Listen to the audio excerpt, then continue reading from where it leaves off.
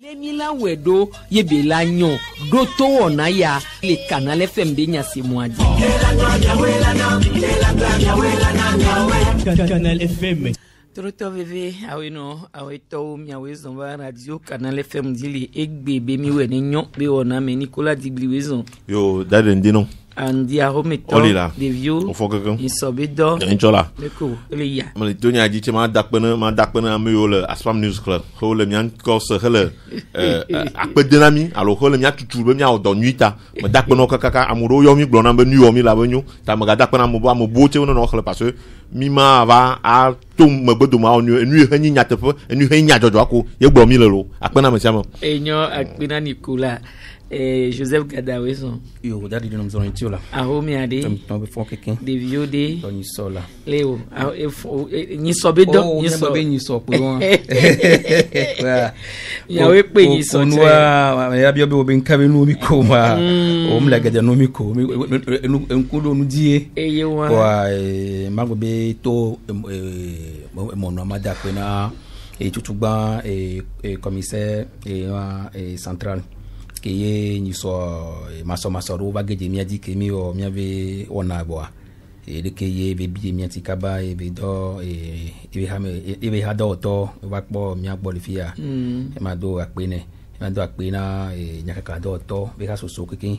ke ye ni kika ni so ki no ajo a ka mo yo mi amongo nu to mi antia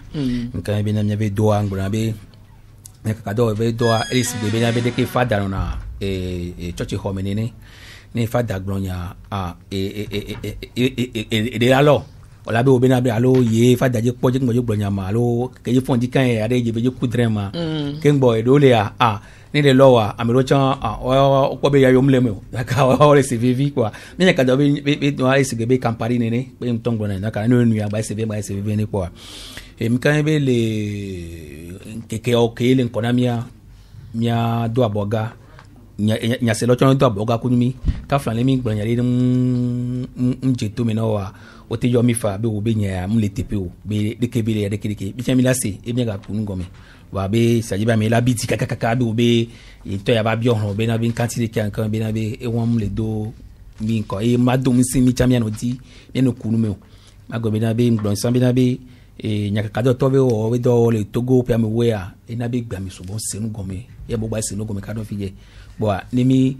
ogba be fi munyina mi kwata jo sona ehekpe no nimi gwa wanyi mi kwata jina mo cha mo ngba bidio bebe to yen be de kimi o ni bagbo nyo po a mi o pa mi sa mi don se mi lo enti mi le mi we ni nyo be o na me do pe enyo Roger Gbisia wezon yo la daga a o mi to de vieux fond sobido don soro e wele ya mi leji dakpe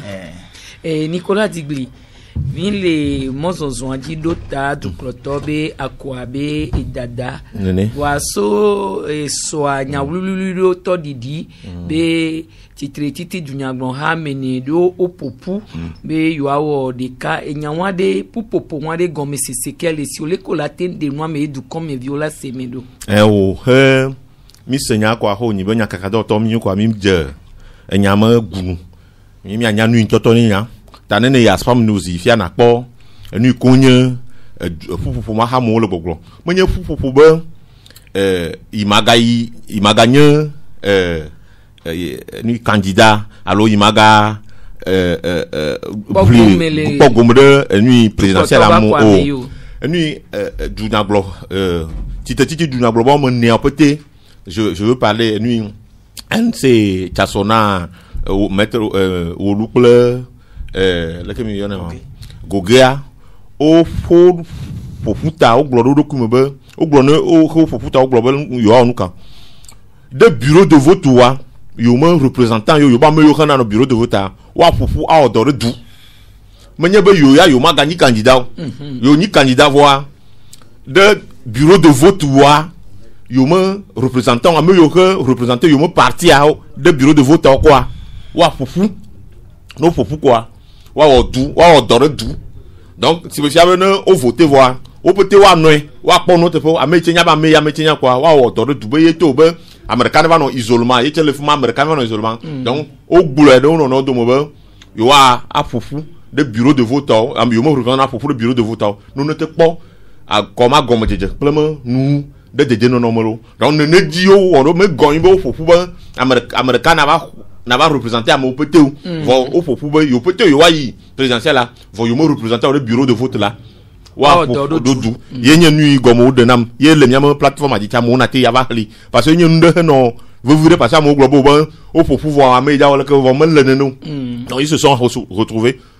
bon au globo no ba bureau de vote là yo mo représenter wa fofu a o do du yenye nya heli enyo Roger Gbesiale ko poso nya wanti o nya ni ma glada joa ne de nya egba nan gba buta me vile donc ntia ameko panko jiru do alo aweto fonya singbea amema dempe po yin vopo a ame ne baba boroju amema fe pote afikori efio po be division alo mama ke non na opposition me a yi pe potole di karina kudugbe enya ke o le gbron fifi be enyi tadojinu français globe objectif yintie yo do abo gawan doa enya won nyanwere benye enya won nya benyi ke milate globe français globe dénominateur comme be roanyina parti d'opposition pate ke o keke wa no dubere yo keke yo be représentant lo yo be délégué ko la no bureau de vote na yo wa do gbejuwa odoroju fiki amere fiki ANC ba représentant mu lo wa ne MC débat me le funu quoi et voilà te wo dodo amekotonu ainsi de suite kaka so yi quoi fifi ane wa ma den yoni ya me amene baba boro evo amen ko tata kwa achivu nya de fia poveri novi den ma go hama yinu agomre mo ga ba do gomo che nyi che mo bia sa nyura be de ko o ma dia o hanyi ti o ma te fufu ko awo de kade wono no de ba amere no amya de no ntiro namba amekoto mo lo vo enya nu lo che to gan to minyo ha mo gwa amekoto mo lo ko nche mo yo amekoto che be de be nya te fode o yo afi mo lo ha o be mo yo che o mo nya ọ̀pọ̀lọpọ̀ kan nù à donc ẹnu àti katakata ló dẹ donc àmì ilẹ̀ nyà búgbọ̀lọ̀ àmì ìtsẹ̀lẹ̀ nyà búgbọ̀lọ̀ kò nínú nyàlẹ́kẹ̀ mi àwọn dọ̀kọ̀ mi àwọn ẹni gbọ̀ àmì ó gbàgbọ́ náà bẹ́ yóò mọ nọ̀tẹ̀ yóò nọ yọ̀yọ̀ ta yóò mọ gòdòdó la wà kà bá nọ yín donc ne gòdòdó nọ yín ne susu ẹnu yóò lè dèdè tó gòdòdó mọ kwa mi àgànyà donc mẹ kunya gọ̀ mọ dẹ fumatse nene wo do nyàntí náà mọ ma. dade de ọ̀pọ̀ bẹ ẹnu kèmí gbọ̀nà kòkó náà opposition ànyà pátákó wọn. Nko yona be tergiversation c'est-à-dire chaka allo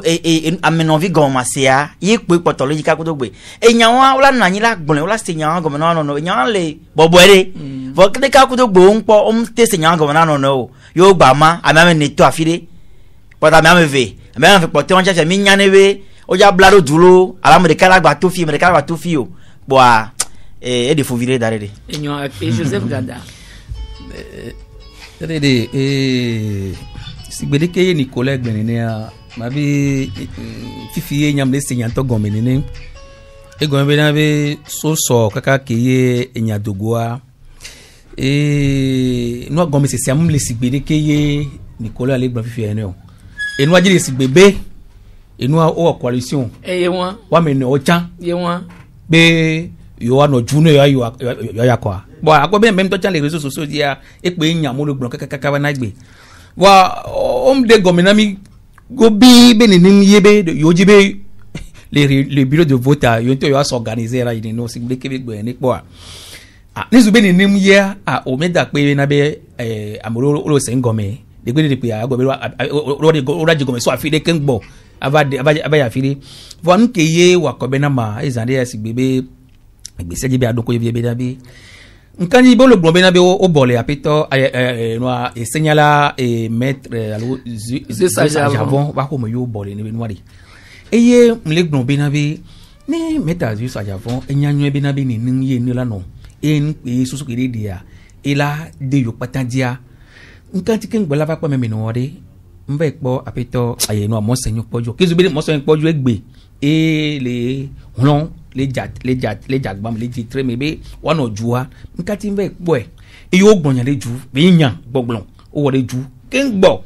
eye olabe wo be ke yo gbon yo be po yo no vi o de o mlon alo fofo be won to mlon enti yo me no yo be popu ke we ken gbo zima ya ka fi ke mo gbo le po fire alo mo gbo le po be gbagban pini na ne be nu e won po bon o le gbon zaria no di collab be ke yo gbon be yo lo yo no ne on ke ju kwa ya le keka so pedo me ju kwa gbon be wa no ju no ya ko dape ne zube na be ka do ro do me on te yo won no e visible so godo o la gbon be na be ya be yo se ngom be yo pata yo le jua et là nya c'est voix no gba son ku le po nu wa nya ka do to be nya ko mi le gbon ro o la po so apito no met chasona e gbon ya de so de nya le dogo so be e vina to me na e be ni de se apito gbo mi le gbon be il est candidat de l'opposition be nyon e vient domena into be na be e don ne tro ibe mpovile de nyanwanti donc déjà des be na be e nyanwam te no domena o c'est bien parce que game ke mi la ngbe nyanwam ya le to les setinu des be na be ya union nyanwa nyi be nyanwam parce que be ne nyane no bi on a sorte téléphone a yue agbe obi de ke nyale on des be na be nyanwa gba to kaka ba radio di ba internet di ba yinodi alors que minya be game ya 2018 a que me mettre chasona eva jo do me gare me e a message de ko be na be nkati ba jo ma be nkati la go be na be amono so sensible de kema déjà nyon ba to wa ça mama go be na be bien opposition on so saisi no di be yo nto to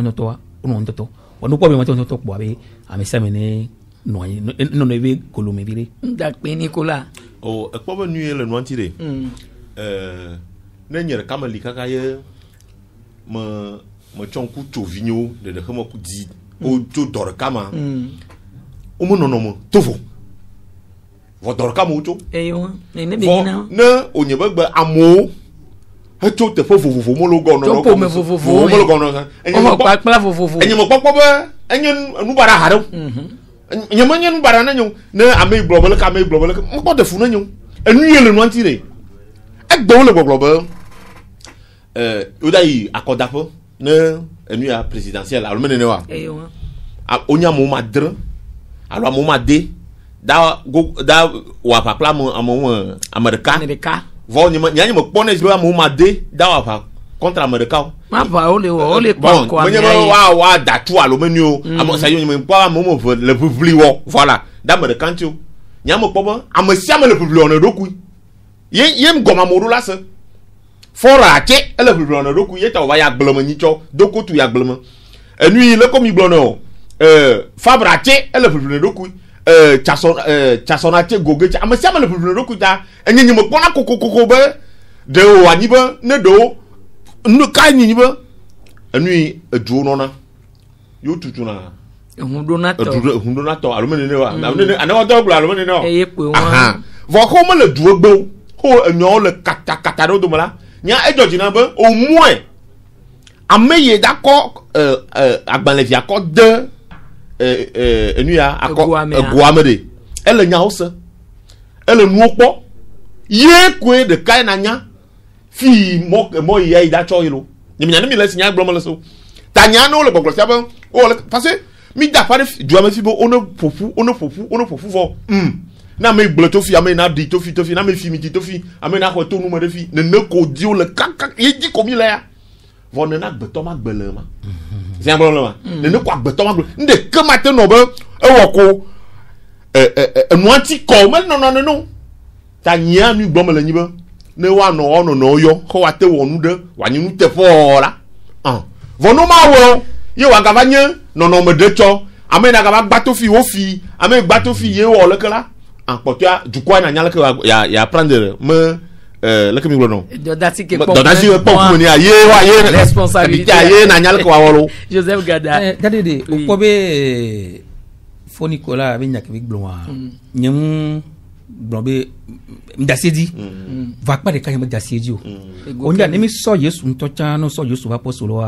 ala po Petro e po poso gwa blebe e dona fagman me da fagman kaka ba no so no apostolo Jean Jean Vivia akobe ya ejijiji vyenye e gbobe na be ga me yesu be afili abe obe amogbe abe ne soto na mia awla mana yo adidi zo ba kwa mozi ma no so toma akobe yantam kan na me peji o e gbobe ya be ne mson ku pono wa ye be dalo e me o no po juda ale ke ma juda ya ta mi gbagbo ya to ganye Vivia ne voi amo ke o no ju yesu wo ko mo keke e o do gbirika gbirika nye binabe amise me onya binabe yesu onye fio donc kan zubinabe c'est vrai binabe gba livi on le o de kia ni zubinabe le kosita meve kemi ya kodape eye amkola alo amkoji me kan le bono so akoda komi o va dai na yi e me o me sene pe gonme wa tede o yam fi mi gbare wa abstraction mi gbare wa abstraction ndekuku bena Kemile glombe vale no le nene o we say de mo ma glombe bena be nizu bena be amom le senya message agomo mi mate no ju agbonya message de kawa dede e go be finalement go be obe mano minye kitu agobe bena de Kemile fifi ho nu Kemile yade nu kele VVD de dukon nya kele VVD dukon la se amede sitera amede nti be nya ya ameya enyile ke wole ke va ye de nya egba hia no nam da de meet de kanye bena be enya wala so nya be opposition bo be wa wala de anu ale ke ba boga be ko se me be kene ba mpoko la tulu mena wa nenye mpoke ye la devi na wanto na devi na mia ka fa mia moko ya dako na wacha parce que nem le mewa ngbo se bi na be ne okomo walo ne amobole bidi mo gale bidi ya onye egbero dare de keye matin ma na firu na fide amo bidi bi yo nu kan ti ye abeto juste me po enwa monseigneur yo gbonyo ma e fi bi ro ba ma de kiri ma e me deja amo ndo jojina mo awon ka se nu agomba oui c'est vrai que mi de gomina mo fi ene ko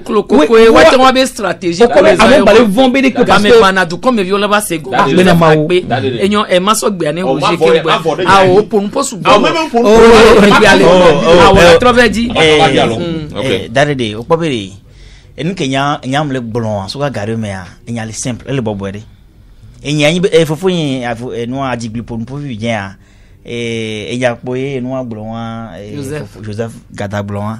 yemu d'assurer be nyaadi o les côtés que le gloire be amewa ho papla vovo ko ba dogo a na me de gbletofia npo yin gbegblo yin ho nya on do nkinchia ne mi be yo dogbe mi be yo l'opposition me opposition à 5 ans et mi be yo le jiru de voilà 5 ans pouvoir à 5 ans fifi ane mi be yo l'opposition me mi be yo ke yo le jibe avec la zikpe ajia yo adejo fifi amianto ke le globe américain do moyen la panko et ne ba meon les terrains en dia bureau de vote ko les américains do pekme me ke la do me do la no te pio ke ko fifi ade eze pobe mi do no du mi nya mema de ne amema de mate no du ya me ni la gba to afide amen fi patron la to afibua munyi be wa no ju wa so America ba yiro wa benyi awo be mi mo la gba ivode nto chan susu ya ko so wa fifi la me ameni obe du no me be e won ado l'assemblée o won la bo voilà enyan ya edu la nyi nyakeye wa ma de pata la s'entendre de di do won kentia ne mi so par exemple aweto Georges Kouessan et non cap 2015 me kudo Jean-Pierre Favai o no CST C14 mai vai egbea amema neke boro dua aweto George William Kouessan mo nyin pele globe e jagolo mule wamio nke woye enyawa omte santam kudo ne ba meon yo no du egbe fifia o mo nyan le gbagbo meto o mo ya Waya ko no dule C14 mai. Nyawo matin blen la poser question la do ntini nyi be ombio aweto George William. Analyse mlo ngbarama no la analyse ne o la bienya. Ngbarama conclu dagbe yo onu ya leke mi nsenyi ko le mo anya kebe gbon wa ye o la so. Ngbarama conclu nya ken le glade. Tam no ogogwe wo ento em lo de. Nya ken nyira gblen beri. Lo kakai wo te no dule coalition me vewa me vai. Ko do objectif de cas o to na jukwa. Ye gbevi fi anyawan bo yo mate santan doji wa e de funam parce que pour les défis bom santan doji do on po nyane obi e bebe awo dale nyami kunume ade miami kunu me ade nene ba me wa omte santan do nene be nyaji ina yum le groupe de 4 yamo kimi kunu me anke mi se wa enya ke no afofo Nicolas Glossan e mbe nyi dasile jo ngo mbe ne équipe no so équipe de football vivien agbeto we de ke do na to ami nemi le staff technique me mini a no ball fioto amela te glofambo mi aso kofi bapo nkogbe anami amela te glo mi aso kojo for nemi glokaka ye kojo wasoa ame em dasiro kojo ji ochan eru anon gbodo ne ba me a nene be nyine wa mi ma gbo be nyi le d'accord na kojo opo a nemi do eto ame a ke wa mi amiro akogbedo jibe no nke cha mu ele fundo ma nene be nyine wa de voyez on tient les voyer à jeu politique Nicolas mako no vi nyomo nya voya ko glory na ma de nyamo de ko osigbo mo senya mo blochan no blonya na de mo gogo amewa amuro blona mbe yo amuro omolon mo gatro yo ambo chi obo yo mo senya de ko o galo betere dina mbe yo de yo no do la mo poto mo karji mo do nyamanti mo vo Joseph Cho enui Yesu mo podemu ko glo vo ma glo ni ho glo tutu ko ma chero opposition di Yesu mo enui a mo subola ole ko glo ma disciple ode onyo mo yo valo doko le sigbe le ko opposition le ne opposition a ko ni bo le vo ba ame wona kekeke ame wona blo ame le kere ne ko opposition le mo vo gbegbo da kla Yesu ni election yemi omi da wo gbe ne nya ho da kla so amomo oboleko amoro yo mo nya po alo ne wa amoro yo mo nya po enai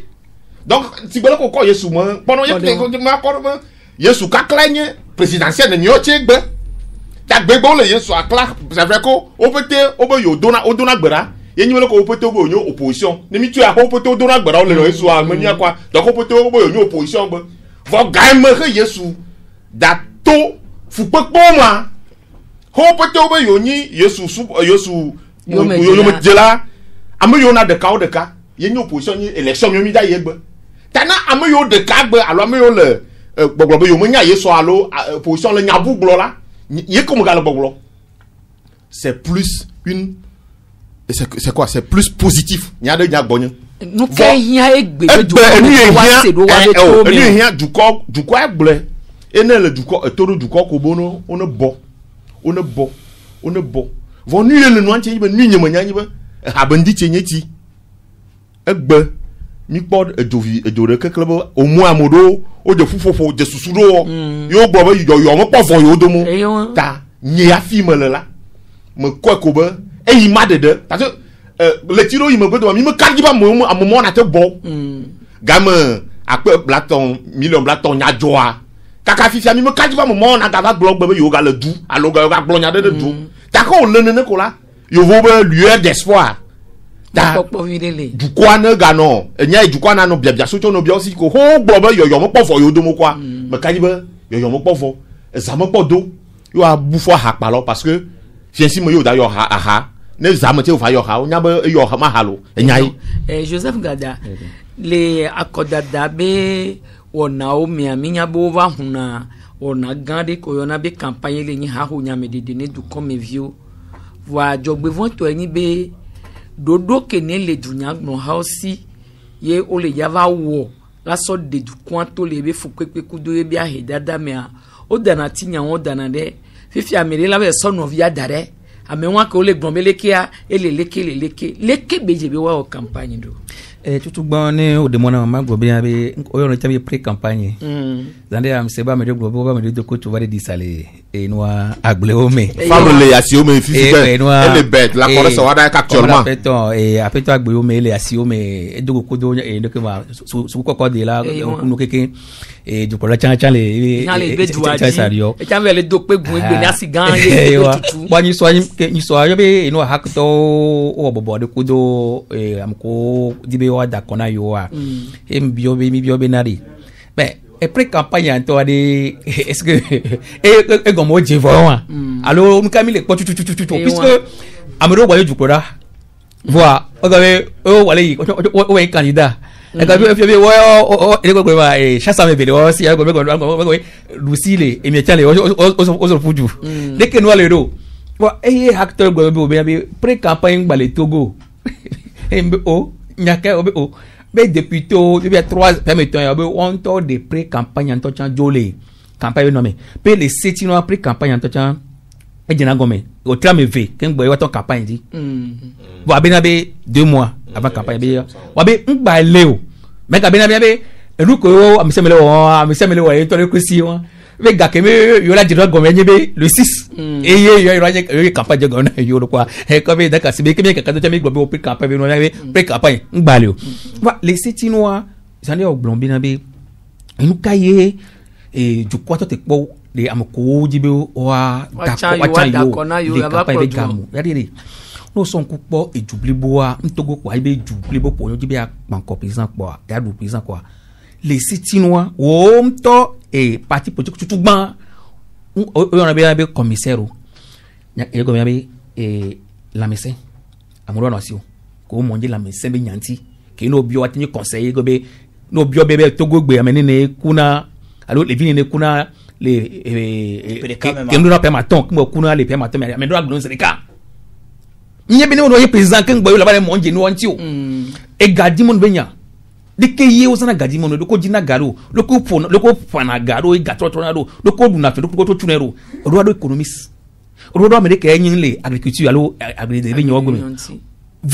gomi vo na menti c'est bien e se bebe o je président boni parce que o monje nti kengo ora do ko be le yevo de wa over na ndebe na be ke ma campagne comme ko la mo ko nan ko over na radio télévision et yo débat c'est ce que j'allais dire et amo piononya yo ko be amere mon jino tutu gomenyo tutu ni mi so ko be nya fi jari de ke ye wo di po so ko be nya do le Togo le permaton ko jibe akura de ko le ba gadi mon de ke ngono la message ko do e no ye kafran ye ju ko jibe c'est parce que kafran nyamoko kafran ne zuem le sokode be ko pedemi et ye c'est va gbonyo et ye zo va gbonyo voyez les candidats de manière de ne va y a des nazo américains les alors le so permettant mais y a des nazo de qui alors c'est nasi de qui amabe ke amea abe enya ke blo e benam donc de bon que ma d'accord manya me ke madana voix derrière si vous que mi de gbanzare mi de glo mi so ikafran yesu venya se mi de glo de qui a job besoin toi on les nous le premier avec déjà des son quoi nos réseaux sociaux dit ne mi font dit que banzere kaka on la pas un secteur kafran ko so pour que nous ouvrir roda on va gagner nous atodi agbeme todi na go to so nous ouvrir roda va gagner comme de bla le ne bi nous on ka mo le bla le ne bi nous mo bi azo me azo ame zo ji ko me no kaka de body biame adi bom iko ya donc les secteurs gamea militant ou activiste sur les réseaux oroanya enya keye wabe elikema projet kele wabe candidat oroanya e projet oroanya no le campagne wa gare adu pour la mon susu me game keke voir malheureusement pon kemi le pora ezu naka body ame vlodo ame yepo nyamnya ne campagne ko jogo ne ke ne ba je gomere de kele va nodu bo malheureusement be Togo cha no ba de ame ko jesia e o dana kona ala me ke no duna e o dana kona aka amia projet o mle we na o poa dare de dole e mira o mi tati ko mi ave nya ululu dare ni mi ale be na do mi na joba projet o dare de o pobe no campagne le ke a enyi gabopode ikebe o ke na nko bo da kona ya o dola anya zone ke mo ya ko be kuheo par exemple no idapawa courir que la moji les dapawan et vous ne courir que la moji les lomé les gorome les dapawan par exemple là ezobenya courir gan de kabeni et sibenya courir gan de kabeni o le pora sukulu benya courir gan de kabeni konji gbalo benya courir gan de kabeni donc no yifunu enya ondo la nyinya ke o la de susu bena de nya ke ya tegboro apodo ntina ne be courir o le funu c'est agble de benya chanene. Pendant valo par exemple là, milieu problème né assainissement. Et ni coucher veve de calimia dit les douame. Kudo assist à savenya. Donc zone que mouya, kudo benya yo la glona et du comme vieux, yo la se yo la po a meya que wonu que le wo yo a e mon gentine va la po dun tina yo. Ko se be mu ke jeye candidat la no glona de me vieux munyibe e body amenovi amea oleke amea ou amepo amea eno fie po e figa oleke leke a yin kosebe nya oye candidat au glona du comme vieux ape enyo Nicolas Dadede enui hemia tolon popore do ko onam si baba fifi afi togo da home do kusi nonoi et on blenam parce que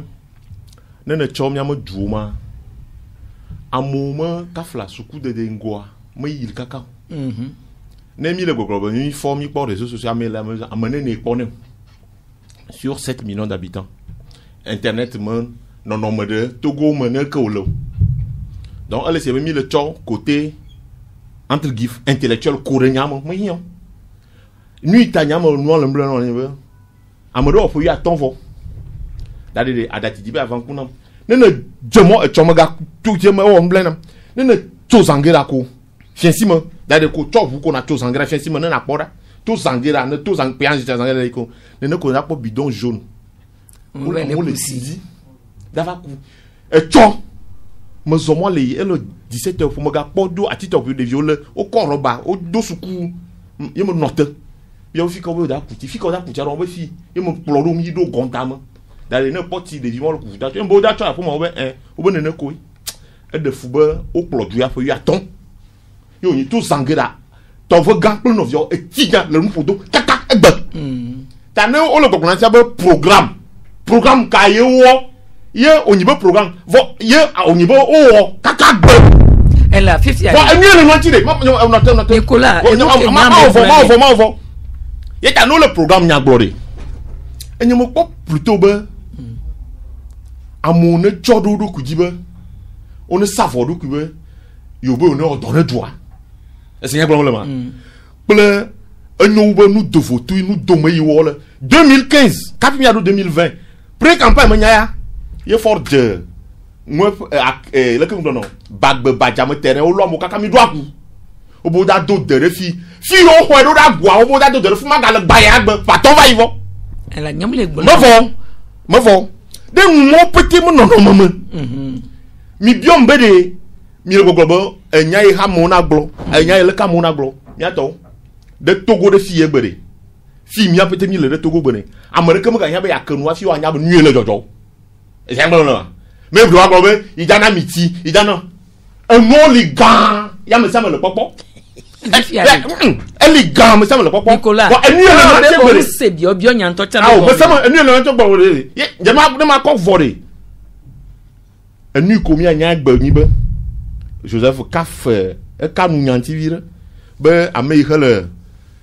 à Binti ou Noa, il va voter, nana. Yekweli. Yekweli. Ne dabe il va au programme d'Arina, mais parce que ne mi tchon non na pobe ne mi tchon non na kwa mebe ame ni yeme djume to ame gogo il ke yeta vo programme amara comme le programme wo amo ko tra mo na le leader o bo mo itu mo yo le ja da koyo vo e die ane leader o le ja ve o abe campagne wa o so na wa to bu so dana de o ya menu enu ke mi le gbon e ya menu vo ni gbon ne me le nyibere ni gbon enu gbon le me funu ele fio yo di bi ya ku amone trop tamere ne ho les ikadire on ne pera menti vire miato awo forage cho zangela de fi ke venwe foklo no vio miato ne no o hia kaka ye fo yato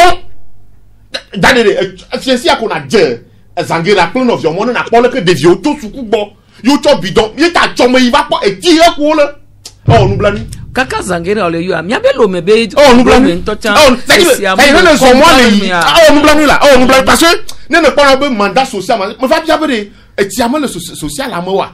ça dit ne pas nous kaka dadede doit tu t'en vu plein de vieux ko de violer bidon tout ce quoi oh il bamazo da ku bubulu monye pewe ato ehe ku hia le kaka pe bla ton we ya de fou oh alors to bo okobe dadede ba so nyare pe de fou we nya okobe ni ejibi bie le we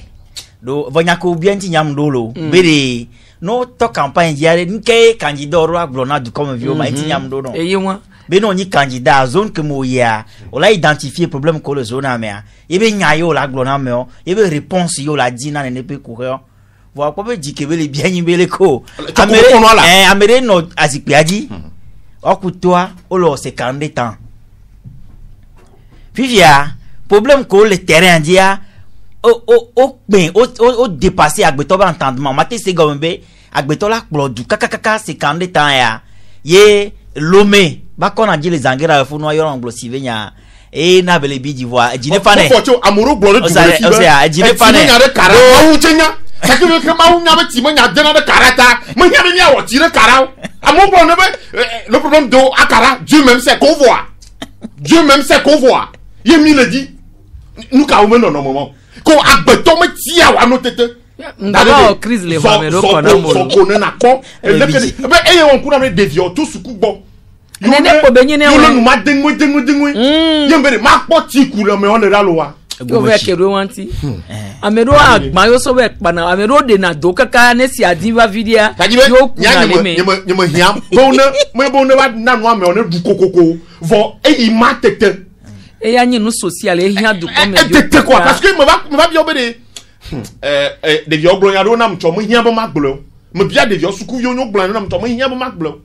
e du le no anti nyebede me de kuku na me yo helbe yo le ba klojwa on pondo henyi nu Vamia metigbe nyaka kando to ne nya be doda sina dumevio nyi be amekewe la do mi abe kuheko le kumiontia wa o mi la dakona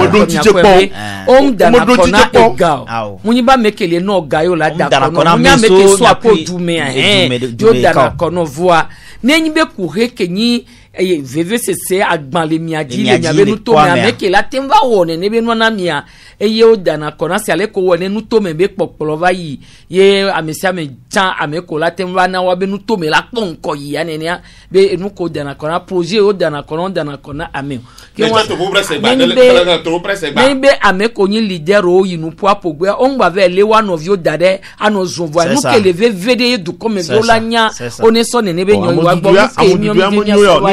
ni wa dwama ya munyo what that is bom nye di bibi ve nye o nye bidio le ke no le o mdana me evo bidio bo bidio mi nya kaka to mi ni de pe a mo epo nkume mia si to shalo mia si zole jukwa mo ko ba victime mia klen ko mi ntimi glombe na be programme alo mo be mi wa edifu de pe anya nko job ya mi wi atan ma ya be me gba job ya mi de ki ka from be nyam ma glo be na be mi ma go be ni ku no jona po a nche mi ma da for ko programme ya nya na me sia me na candidat pe nya programme pe même to jeni zubina me kay go be candidat to be fi kento be mla yin le to is le ko sin to le to gbo alo ito ba hoya le idea ko yite te cham le te yon alo school to cham le fun tanya de ki c'est comme ça parce que mi le bon fifi mi jesi candidat o be jumea si mleo kon di mleo vodo awele ovode odo nu gan le me fi nyendi me mapon post bon station de sens tete chamlo ken gwa if ne bi no wa mo holo ju ami odo ga mi nyamo daka wa programme ya hia be parce que ka fra même tete ne zubi na be mi candidat gbe eye mdi manye partenaire be ka fansi be ka fansi be ke boloro le gbe amole société le gbe be yo mdi be me ya bon de ke npo me doa mi pe ntivete yi présence à que so maintenant o be ni o ke mi gbe ke ya yo vo ke o le gbe ke o bon le po mi ke ya o nya gbogbo ke mi le gbon o le to ke bi nya ka ya me di be ne baba do me pe ma to ni ka ba te wo na yo ndo cho parce même to yo voto le fundo parce même to partenaire to yo ro programme no chanti o ti ga mo no le gbe be nem le gbe be sivenya e sivenya ya pe partenaire so le regarde pas munya le be no o ya de ko la ba o la ba so jo dare jo me e ye gala no o la do susu ko wati kengbo sino enti ngbe be o ke kan to zu nu gan nu me gore enti me le gbe be ka from gbasie gam ne ba fiem no na gambi be ko be apeto no adama barua ma mele benye kaka de kiu je si do de o trésorier venir la fide que de quoi to ba titi be kwa vois que yo be eye yo chan wa kwa to jodun gbe do et programme de capec bo et enya ko gbon do sivenya fi do ko gbon sivenya le no asibili ko gbon be do gbon sivenya lume ne zubena be sivenya le enwa e palime adapango ne amoko monje sivenya nti anya be no yo gbon nya le to me na mo te je to me na mo amo dororo ina fio amoko nya be o monje suku yi be nya nti okunu me oye enwa wo ma me se me potinate parce que ma me se me que ya o meeting no enti même le meeting do jamais se me tise ko be pour na du ko na de kam jete na même to les radio on ko be mo ministre no pompo kwa ebo ezo otona zogbe no chaka ase kamera kembo amore no pompo o ejo ati na me na ka de nem ye mawuru mi vo na ka no mdo kipo mu sogbola si o matema yin kodeko parce que mi gombe de pouvoir ya de machine de ngoro ma o leader adidoti pe me wi aton otoken mi te do pa be obe mi omo onyo voix enole ya ajibe kengo ye ka wala bo hun le fi won nemi ajidotia nemi no 3-2 o mu na zeniko ya o le chono na to du kosi un solo mi da se yo o te li le du ko ni o do ku o mo de ko parce que nous alors c'est vrai nyawo yoyo na du ko me bio onejiwa ba koda ho ma bio do aloji ne game asoa amesia meneto ne bave d'accord ne amekeye be pobe elate nkendo ntivana to gobe kuhia alo ye be kuhia amesia meneno ji homa vyo wewe so zami amji tonya kro mo we je so me yo be na be ibu ito be de kero mambe ne iseli zeka se ne kuna media nya iseli kele bia be kwa mia nya iseli ogbozere kane to wa mi jira loji america ngba na ho mi akoya be ye mu le jada ko be no me mu le kono no pata me cover enu pata me ko enu me ko nu de cheke no nya amia city oni be seni be do do ame be ko pour que mo le gbon be on le si o ele nyire ke opposition amadoa voa on gba no po mama won le nkun pe voa o le onu bu le gome ko te won be strategie won america ngba bu fo america pepe o enyo ne mi jo le funwa enu ya Roger mi sebe du ko to ala ve do epegun egbe ni wa so tu asigan o ko tozo a e gajowo nyanya ne konu a o po mi va vovo ke mi si anyabo la o pe o chon se alo o me chami se ne benya be du ploto a eve do pegu do lo ba si alo karato a o tuvo o to etutu o tu ka wonu bo potokpo la livrer isopo mi ami odore so karaba sigan wanti ame tu asi hoa kweto bon oyomi be mia son kuva de o maome enwa ameko so do adasina fi o do asea so fiomi le o mame depo mi po ikara son kuva pe ovoa mi kosebe o matable mi no do be ameko so do adasina do to wa we on bo karabasia kodo lo metoa wa me vieru azonrodu mais ça y est tozo de je connais de voilà projet de Kabeni be no tu on voit on la tuer c'est ça donc les miens nous me coucou mais akakala na fin avril là on l'a livré karaba ba on l'a réceptionné quoi on l'a souhaité on so dasina du quoi no ato zazaro asigande beni otu voilà et l'ometoa na globe fifi o vale do ekpe agwea wa nu kemi agbon le funu yin be edo atingbe no vire do be kaka o tozo asi wan fifi a ejiji o ma na yin kaka fi ke ngbola won tu voa yo vo gblon be vaut mieux tard que jamais enyo akpe Joseph si bidi ke bigbe ni ayambe ko tutu agavenya venye nyaka be di duru acha ro adiga ase turu ne be ho nyaka ke mate gblon ikpe ni be nde ka ke yang bana le Togo fie ndari din kwa mi ona nyibi na bi kwa bi le jupoto one be kan nyibi na ni ga mi ye ju amekolo plo jua juplo da over do pe kula fide be yo la tu hoyo wa do moyo wa no ke o les Sétinois on ko be sigbe raso sono le crosi ni société civile alors parce que nyaka do tamile mia ni juplo la gbe wonu opo bioso alo ezimia dibe mia bo le ko gbon maro mia le ko gbon be o na committee vire ese go me da ko gbon be control vers citoyen adibe mia tema biofia be na be homa ke alo entrepreneur ke da tunua homa ke divi be atu hwale eye nkekene opene ke be atu nko be azare ni be homa mi ha ni be homa dare anu mi agbo eye mi asonku sono poe anu po no kaka singa ne mu wonyo wa bébé mi ajukura be obe abe enu ya be gboneke bo ame omle wole di o alo ne zube partenaire o financer noa mi agbo me da be mi ogun ere ke bo ame omle wole ki o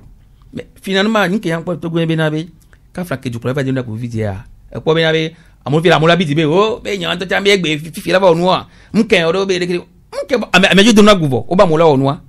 de kimi o kaka be ni nuga me ye ni ne be asi ho ba idi de o ma go so be ba mo le ho me ye eno ativa geje wadio alo eno ke ma obe egere de fritor filo nke yan afefe ni nyanye wa enu même temps so du plate form de pegu kaka se ya ko jabe game nya mo de pe ni nya ku de ko voix nous kela to so nu o mi ale bena ka fa mes amis blon mo be nya mi blon sire nye bo même temps o do pompe la o de forage mo djumi après 6 mois pour forage ang bo dopo o to si ho do gbe o mi o to si ho de gbe mi egbe a lo le yi de ke ma ama pa pe ku do nu même temps même game seva jagle gbon fun to cha asi ale fun même temps gbon mi ton bana si am se ku de ko o bi amo sebele ko di ro ma c'est ça daka enu ke ya ne zube mi société civile min le pele du am ko prominti wa ne société civile to wi wa donc wi no me am do gon be opposition ba lo enya awla dade de be enya mi be mi lo mi opposition parce que même to jane zo be mais que notelo Joseph Togo be nya emi le gbon lo société civile to kela cité fifi be ho ya ko le ja tuwa yo di be yo apo ho mare yo la so da lo we emi le gbon be na de ni mi yo go be ka francis ko da ho be nya fi je de ni be ka francis société civile go be mo ke be le mi do mi de mi cha penta mi cha mo ko mo de karo be nya ti mi ja mo ko nyo maçon be nya de loko bu na beton be no ti e wa parce que de jilu do tanti be enu ko lo wa no so gudo ngba ba so gabu ba so wo nti kun si gbere ke edo embenade that mo le jilu do abe gbongbon me ni enti ame o le pro mi dale that e ko so be na be nke mia ni mia no we wa ale be na be ka fa so ni mle gbon be na de be no so nku po continue ma be mo di a dade de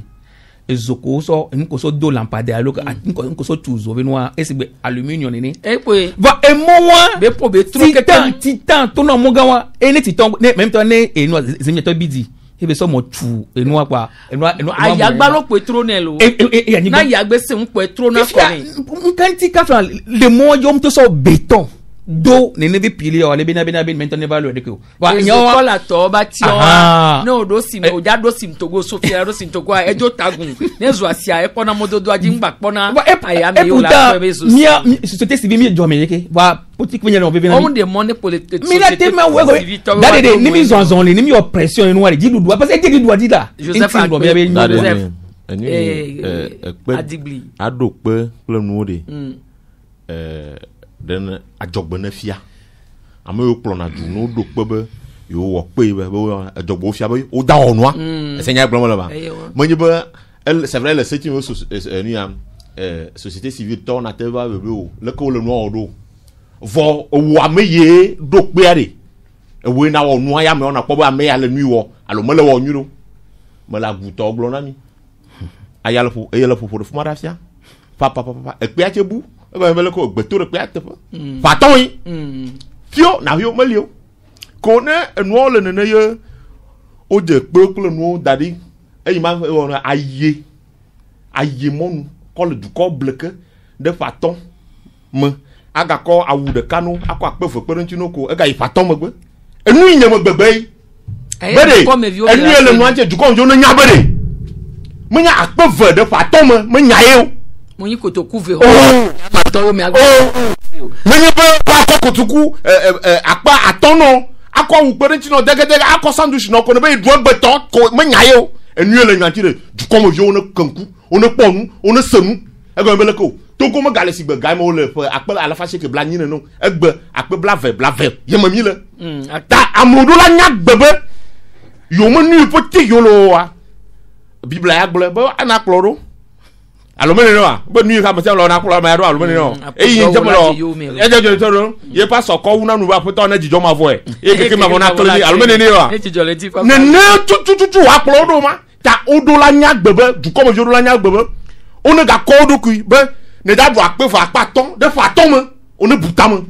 ne nu ko wa wo he wo che cho parce que nde kali du ko vieux yo la ya doa wo to na o la ya du nya mo le glo e ko mbele ko ne va na o va na apaton ko wu pere ti no ye ne voter faton me le nde ko wa o to na do ko vo ne troe o to na do ko fa data d'abord Seigneur bon là. On ne putain mon nude. Nous non ne blanc mais ne pas me tagbo. On ne pas me tag du comme je ne pas me tagbo nude. De quoi il va damolo. Roger et Code le roi allo de que millionnaire. Yo Code le roi. Et Fiona bolu Togo be pevio. Fi o gba tro wo dodo ye beaucoup de o gba tro so e va be pe la gbani. E nya ka o nya kudo nti o. Oh, mi acha mi senya so.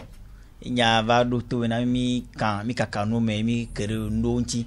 wo be ne klo lo ro agba tro da e pero pejine be ba fio ball Togo so idalo kana 2021 e kemi senya mi buta me sugbo mi bi obe nu kela na ye klo lo ro an ke ko Togo be équipe ya fifia résultat le soir fort ça dit nke ne mi po bolo a do polo du miaji e doda si ko so ne bere ne na Togo ne po gomele e kanu mea minte le touchon ye équipe lo la va fi la va no dumia ji tero mi anto mi be terrain ji le fi wo potogba da pero pejine ne ba mea bele ho sale ki mi ame sia me nya min se no gomo do ne o ho bol fioto na e bolu enke bol puhawa do jibe bol puhaba yinko fone enwa donti ala konta le don jiwa nyongo sebe enyombo la batro d'appeler pejine ba me do ele posele ko la ho enu aticha na school vio la ho menene de viajo le gege on gasia game bon obe de jam nyang hlen ticha ne na ba no hlen nu na e de jam tele hlen nu e be aba de jam tele yo obe de jam nya le ko na compte de jam rien vo ticha le ho ebe ga e pv peton penia nkari be no ni e vito allo vino ye o jesi loko a ne rebe teacher ma mela tono kingba da silentio amoyo le zuklo le roi be ye ntone démissionner ka flan yang po be nyawa nluta na mo le globe nke nti ntoma démission nya nluta do na mea mi hwe mi le tout fenezan nke nti mi hwe ro mi nlero mami voya me amtele do résultat anti na yo wa be doda si ya lo élection bolo élection bolo abo officier objectif ne yo ji fanem latin o a e wa make kwa me o la to na me be e wanyo da sile nyemle portanen mo da sile do anti na mi fo no la poto agade ne ba me a ye nya Togo to mi na nya no globe ye ntoro a démissionner ye ntoro jisiru ko ya nya npo nya foflo nya wa a me kwa me a ne to na mi bere a me am kenchi kodo ya yemle potana no ida silenti e dumele fi ya moyi terrain bere klolo va démissionner du ploto anto na nyile leke ya mo bene yo le jibe klolo roa on da silenti na yo le du konkume me a nyawanze de ka kenke a ola to asile nyawanti la kpora benade o klolo roa di me da siebe contrat avec me da silenti ma on well contrat votre renouvelé a mo chi telefie be o so zombe yo le jibe nejo o dagaza meo le ko ati senya ngobro dadede Joseph dadede bo nya e wa ko ben nyek mado nya wanti o bo amia me ve ma do hare nya me tutu ba me ve député o mje be na be ka fa lo o imango datu idi e ba geji gome be lo me e ko la be apito yak ne ba de nya gomo alo do modo nyero oyo apito ka fa eno nya fam gbalegbo alo obi si form ojo oyo apeno list e sina lo so be never no never you come no abienyo e ya chan e kanjua ni mi entraîneur mu le demia diwa ni do gare me bi ko be na be afode de ke ju kon lo eno amekuro plomi omle o nyero wa depuis to yo minister ke ni transport alo ka me de nyo gbo abie be na be yo nkele jo tutu le enya 120 yo mle sinya gomedo ma fa ka do fi mi pon mo de ko e bi gonye apito no colonel akpovi ke o chanyi so e gbon ni so wa ko be na me alo nyinya me secretary gbon na be obi e mi anro be ko sinye ko wa anro be enya hoko ke ne ba ya wa so nku ye ya se ne poso me de ke dadede mateno be na de ameke no ohun ke mi kunare o retroviseur ho ame aro nka ti o retroviseur ano pongbe domero ra enya be gare mo ano pongbe domero nyi nko po ano pongbe domero o da domin to cha bo ma gbona be ni nye eye ogbonsan mem to cha no gba ko na me bu gba ko teacher e teacher le fionu viewer e ko be bi o me nko wa to me be na be mdokuku o tu fe teacher nya o tu fe teacher le vigneta voix e vignem le nko nyama tati ti chane ba jo c'est comme ça les gens du bien avec kafla mi c'est bien allo kafla we boloro allo no tu fena apeto que le vote techa et visible pas il est à la tête du football togolais aucun du bien apeto et no Claude Leroy non France bani banjela o peka kare no Ghana apeto apia mo no ko nyanyu so takari mi ato ko mi de kure 2 ans venya ko blon bon nyam fi mi ne ko nuka Stéphane Keshi tete ay na résultat ñore fo ñe ka ba jo nuka joro ko Leroy radio e ñon Nicolas e pode Claude Leroy de ele si bebe ne nyam de ko na le kuku bere ka ko boko de va ko boko dadono ko 10 rono na ga joro boko gbo a yenye Claude Leroy manya to ga mo be ho coupe de Cameroun to gbedegbe frititi ye jimi lei e to Ghana to Congo mo fi de 0 ko Claude Leroy manya de enui enyemo po bo me politique manya e ha onyibo mo le nu onyuro yo onyibo du ko de se France e le soutenir wa nene ko ma mo dadi de su chomo galanti o wa ye nyinya o mo le gomo de na mi o ye o mo le gomo de na mi o ye enui el no akere o cho Claude Leroy cho éventail vive la France viva mo nu o le sinon nyato nene po et pervient ball pas de fond de jeu non pas faire Claude Leroy do impact de me Lyon et me dit comment on ne fait à tout ni de ne va no grain to go on no de vieux chade alors de vieux cha mi a point de vieux te yo de et nous on ne fait à tout ni volé on ne da équipe nationale parce que de Cali Claude Leroy no gbogbo na mi egbe si be joueur me le Togo si ne wa ni chomo ko no ni de canal lundi plus yo no c'est enyi di ku no klodo yo no gbogbo be Togo na te wo yi leke ne ke wa te on gbegble leke ho gblonya me ti tele ajo e go be leke amia de ele se be ka na nkuji poni ko na nyaba amianto enu igbo la enya e ça dit une certaine niaiserie ça dit elle a me bleu quoi flou ye mo nu wo le e go be gaia le va fa le parce que etivo e gaga le gomodo ni via quoi ni ko wa te wo ma egbe mi ato mi o ma te gbon na mi gbere to gomodo joueur nu o de me Lyon parce que joueur que c'est vrai que je top football éliminatoire kaka o ya yenu ya nya mo no Dakar la fit nya to vai abia lenti fia ke o du nya to jo fomi dodo Sénégal o li asiri mi anti vila lenti kaka gbe vo di jon yan gbangbo be mi o 2-2 e se ye gbon wa egbe ko joueur gbogbo yo liko même enu ko le ranton pe mo ne wa ele du ko kaka abalo de semaine premier le chani wa abalo de semaine wa joueur comme le championnat pour abalo de semaine on chani ne ana oble nti kaka egbo wa qualification va yo bo je soutien abalo de semaine ko ko ne do yato ndoli yato amoyo bo yo le Claude Leroy ko ne dita mo de bu parce que nu ele na ti enya nu ele na ntia ne ne po du comme kaka enu ga donati jona mo ko nyi ball vona ball a ma ga do jona wa ga etufu am ya po nu wa hevara lo enyo toruto veve awe no awe to mi wu egbebe mi we ne nyo be wona nu enya veve nto no jijina vaga mi ajo sitiro mi anti elenyi braquage ne akoda dagbana kwa ameko sona tu ana eromo ke mudo plaque d'immatriculation dia o bato wa be opération di kwa nous onono hia poto video ho million amene la medesi ni so egbe nkeke tongbe la tipo di kule e jogbenyu ne yin be so Ghana amea joke ngbe over kode over he de funu de kakado d'Ivoire ebe alome be kapomoko po ho le sido amea jokudo gagbo ba do funu pa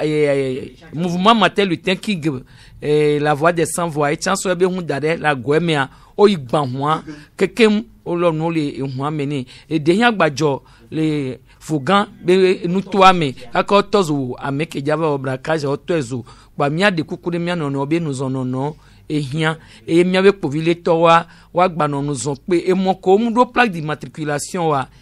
ne zere kakola gba we rode be wanya meke a e la doji jweni mi opata e huocha e hungbalo la dogo ho le mia be mo jififia plaque munibele ye be gion nuka ole bonu va so jo le moji e hun le to wanti vale yi e defu toro to veve awe no awe to mi dakpe na mi be mi no kudo mi Teresa de masonya hun le de ye no mo anu Nicolas Digli Roger Gbesia Joseph Gadawa we mi ko egbe amewe no modando pia mi ko mi cheto me ga kudo kiki sosa Sheroda Kucha elana mi la trose wona ya le www.canalfm.com di alone mi YouTube di mi la kedwenti bye 93.5 Canal FM